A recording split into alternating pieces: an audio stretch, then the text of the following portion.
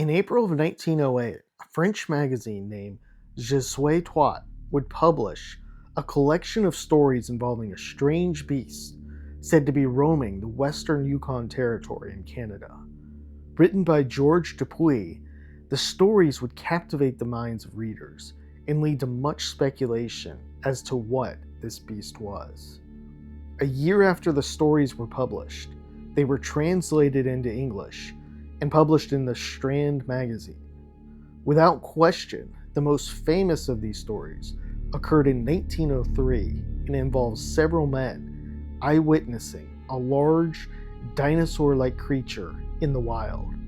In today's episode, we will examine the story as well as the possibility of such a creature still existing. In 1903, Canadian hunters James Butler and Tom Lemore were out tracking a large moose in a place known as Partridge Creek. As the two men hiked through the wet area, they soon discovered a large indentation in the mud.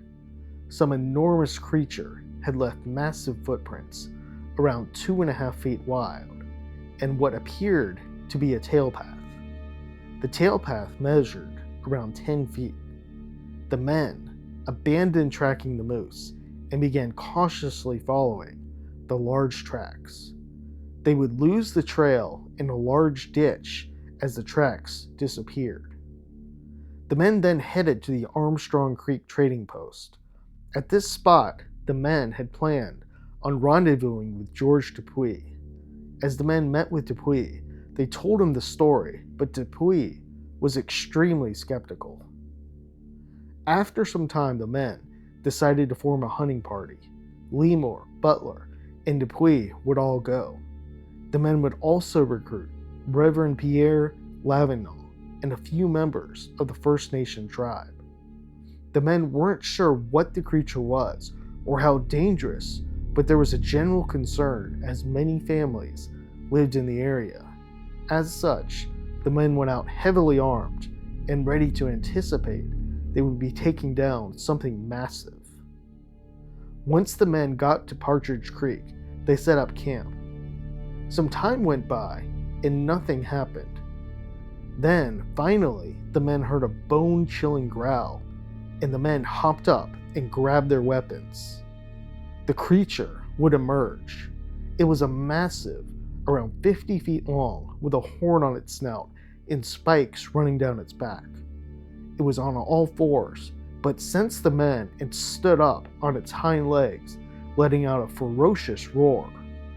Rather than attack the men, the monster headed another direction toward a waterway and vanished. It would later be said that the creature was similar to a Ceratosaurus, a dinosaur that went extinct millions of years ago. While this sighting is the most famous of the beasts of Partridge Creek, it is not the only one to occur. A few years later, in 1907, another sighting would occur. Reverend Lavenant and 10 of his parishioners would report seeing the creature. This time the monster was carrying a caribou in its mouth. The Reverend wrote a letter to Dupuy about this event. Dupuy wasn't initially going to write the story of his encounter in the beast. He believed it was too strange. However, after getting the Reverend's letter, he decided to move forward with the stories. Over the years, there's been much skepticism and critique of the beast of Partridge Creek.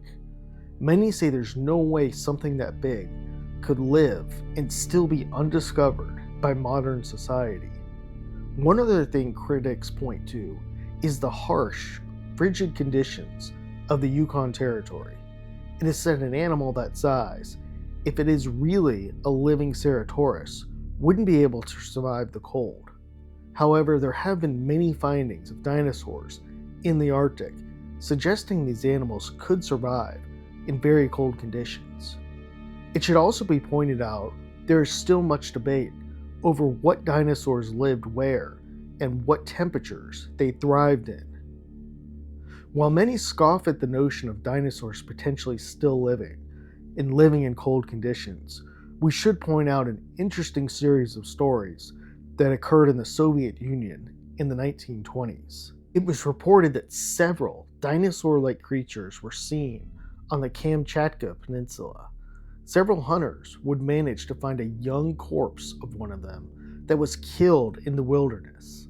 Some speculated during this time that some of these creatures might have crossed the Bering Strait to Alaska when it was cold enough. Some think that the beast of Partridge Creek is a new species. It could be one that is semi-aquatic or potentially hibernates during the harsh winter. There are countless examples of animals adapting to survive in nature.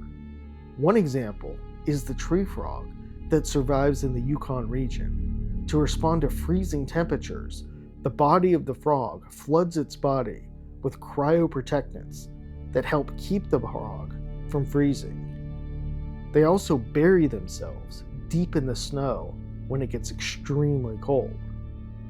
Many will also question an animal that size getting enough food.